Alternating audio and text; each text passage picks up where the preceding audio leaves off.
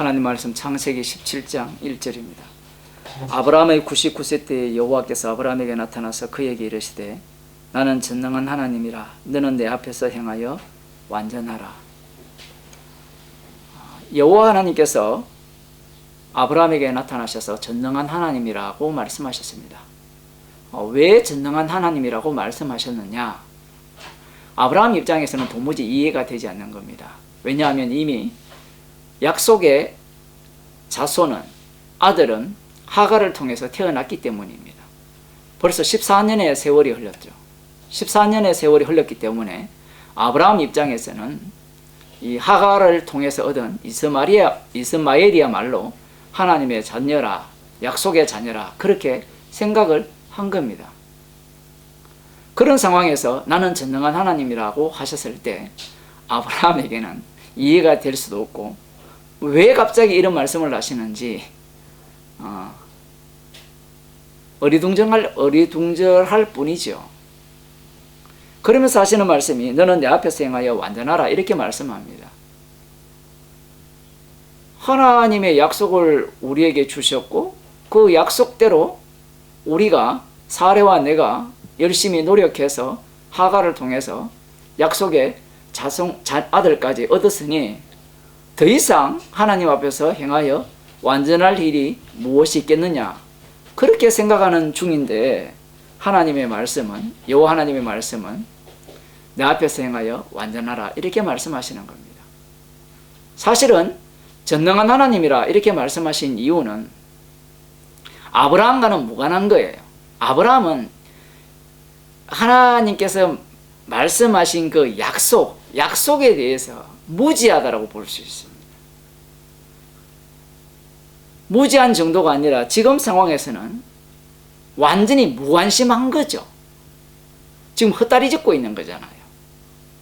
그런데 이런 상황에서 전능한 하나님이라 말씀하심으로 말미암아 그 전능함의 의미가 뒤에 하시는 말씀을 보게 되면 사라의 몸에서 태어날 자가 약속의 자녀라고 말씀을 하시는 것을 볼 때 전능한 하나님이라는 의미가 어떤 의미인지가 밝혀지는 겁니다.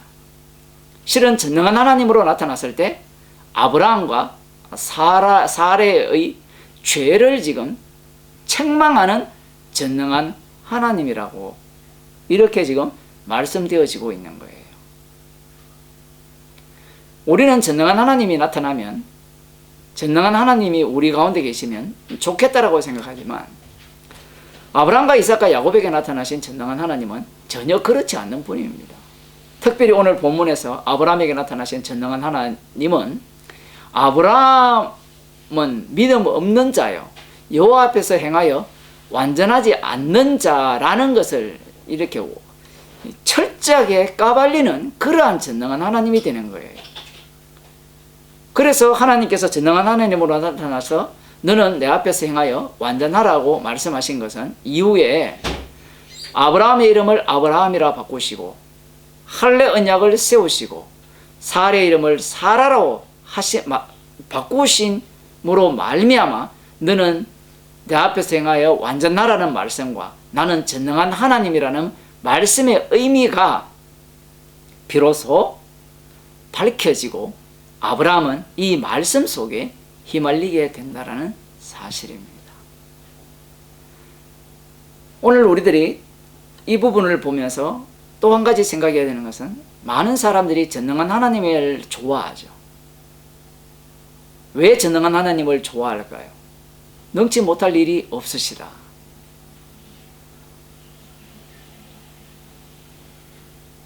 그럼 능치 못할 일이 없으시다는 것이 왜 좋으냐라고 할 때는 나에게 좋다는 거예요. 오늘날 예수 믿는 사람들을 보면 예수님을 믿는 방식이 전능한 하나님을 믿는 거예요. 실제로 목사들이 교회에서 그런 얘기를 하죠. 십자가 신앙에 머물지 말고 부활의 신앙으로 살아야 된다. 부활의 신앙을 들여다보면 결국은 무슨 신앙이냐라고 할 때는 전능한 하나님을 믿는 신앙이에요. 십자가라는 자체가 부정적이죠. 우리의 죽음을 담고 있죠. 자기를 부인하는 내용이 담겨 있는 게 십자가죠. 그러나 부활의 주를 믿게 되면 자기를 부인하는 것이 없어집니다. 내가 긍정이 되는 거예요. 그 부활의 주를 달리 표현하면 전능한 하나님, 전능한 하나님을 달리 표현하면 여호와 하나님이 되는 거예요. 출애굽기 6장 2절 3절에 보면 하나님이 모세에게 말씀하여 가라사대 나는 여호와로라 내가 아브라함과 이삭과 야곱에게 전능의 하나님으로 나타나서나 나의 이름을 여호와로는 그들에게 알리지 아니하였고 이렇게 나오죠. 여호와의 이름의 등장은 출애굽 사건과 관련되어 있습니다. 출애굽은 여호와 하나님께서 친히 전쟁을 벌이셔서 이스라엘 백성들을 언약대로 약속대로 언약을 성취하여서 약속대로 약속의 땅으로 인도하시는 그 내용을 다 이루시는 분이 여호와 이름이 되는 거예요. 그래서 전능한 하나님을 이야기할 때는 반드시 여호와 이름, 여호와 하나님 안에서 이해가 되어야 되는 겁니다. 만일 전능한 하나님이 여호와 하나님 이름 안에서 이해가 되지 않을 경우에는 전능한 하나님은 우상의 하나님이 되어버리는 겁니다. 실제로 가나안 땅에 있는 우상들이 모두가 다 전능한 하나님이죠. 지금도 마찬가지잖아요. 사람들이 믿는 우상들은 모두가 다 전능한 하나님을 믿는 신앙을 갖고 있잖아요. 천지신명도 마찬가지고 자식 낳는 것도 마찬가지죠. 사례가 아기를 못 가졌는데 아기 가졌다는 것도 전능한 하나님인데 우리 그런 이야기들이 많잖아요. 아기를 못 가졌는데 천지신명계 비니까 아기를 갖게 되었다. 제가 살던 고향에 그 가까이에 그 갓바위라는 동네가 있는데 그 유명한 일화가 있잖아요. 그 노태우 대통령을 어떻게 갖게 되었느냐. 그 엄마가 올라가서 빌어서 한 가지 소원은 만화 영화에도 나오지만 한 가지 소원은 꼭 들어준다는 거죠. 세 가지 빌면. 그래서 애를 낳았다는 거죠. 그게 바로 노태우 대통령이라. 그런 얘기도 있거든요. 그런 얘기, 그런 신이 바로 전능한 하나님입니다. 그래서 여호와의 이름, 여호와 하나님 안에 전능한 하나님이 들어가지 않는다면 그 전능한 하나님은 우상 하나님이 되는 거예요. 그런데 많은 사람들이 이 전능한 하나님을 진짜 하나님이라 생각해요. 엘샤다이 하나님을.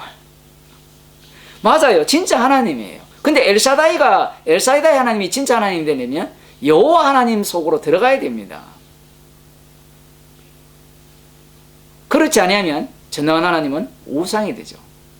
그런데 이 여호와의 이름을 여호와 하나님을 믿는 자들이 하나님의 참된 아들이신 예수님을 십자가에 못 박아 죽입니다. 그 십자가에 못 박히신 주님이 생명의 주도 되시고 심판주도 되시거든요. 예수님은 여호와의 이름으로 오신 분이에요. 여호와의 이름으로 오신 분은 십자가에 못 박혀 죽으셨어요. 그런데 놀라운 것은 여호와의 이름을 믿는 자들이 예수님을 십자가에 못 박아 죽이는 겁니다. 그들이 믿은 여호와의 이름은, 그들이 기다린 메시아는 어떤 메시아입니까? 여호와의 이름, 전능한 하나님이에요. 그런데 여호와의 이름으로 오신 예수님은 십자가에 못 박혀 죽으시죠. 여호와의 이름에는 여호와 하나님은 죽으시는 분이 아닙니다. 구약에 보면. 그런데 예수님은 죽으시고 부활하셔서 참 주가 됐어요. 참 하나님이 되셨습니다. 유대인들 입장에서는 용납할 수 없는 신이죠. 이방인도 마찬가지입니다. 죽음 없는 하나님은 참 하나님이 아니에요. 그 십자가 지신 그 주님, 그 십자가 달려 죽으시고 부활하신 그 예수님이 만유의 주가 되신 겁니다. 그런데 사람들은 십자가에 달려 죽으신 그분을 주님으로 믿으려고 하지 않고 부활한 예수님을 주님으로 믿으려고 해요. 물론 말은 맞아요. 예수님이 십자가에 달려 죽으시고 3일 만에 부활하셔서 성천하셔서 주가 되신 건 맞아요. 그런데 그 주님은 십자가로 자기를 증거하는데 인간들은 그 주님을 믿으려고 하는 거예요. 그 내막을 들여다보면 그 내용이 바로 전능한 하나님이 되고 여호와 하나님이 된다라는 사실입니다. 그러면 전능한 하나님과 여호와 하나님의 특징이 뭐냐? 그 여호와 하나님과 전능한 하나님은 나를 위한 하나님이 되는 겁니다. 그래서 부활의 주를 믿는다는 것은 나를 위한 예수님을 믿는 거예요. 그래서 그들의 모습은 우상 숭배의 모습을 띈다라는 사실입니다. 진짜 참 전능한 하나님이 찾아오시면 자기 죄가 드러나죠. 여호와 하나님이 찾아오시면 그들의 죄가 드러나고, 십자가에 달린 주님이 우리 가운데 들어오시게 되면 우리가 바로 죄인 중에 괴수로 드러나게 되는 겁니다. 그래서 성도는 십자가의 피를 자랑하는 주님의 증인이 되는 겁니다. 기도하겠습니다. 하나님 아버지, 십자가의 피를 증거하는 주의 백성으로 저희들을 살게 하시고, 날마다 책망받는 자로서 십자가가 눈앞에 밝게 보이는 주의 백성이 되게 하옵소서. 예수님 이름으로 기도드리옵나이다.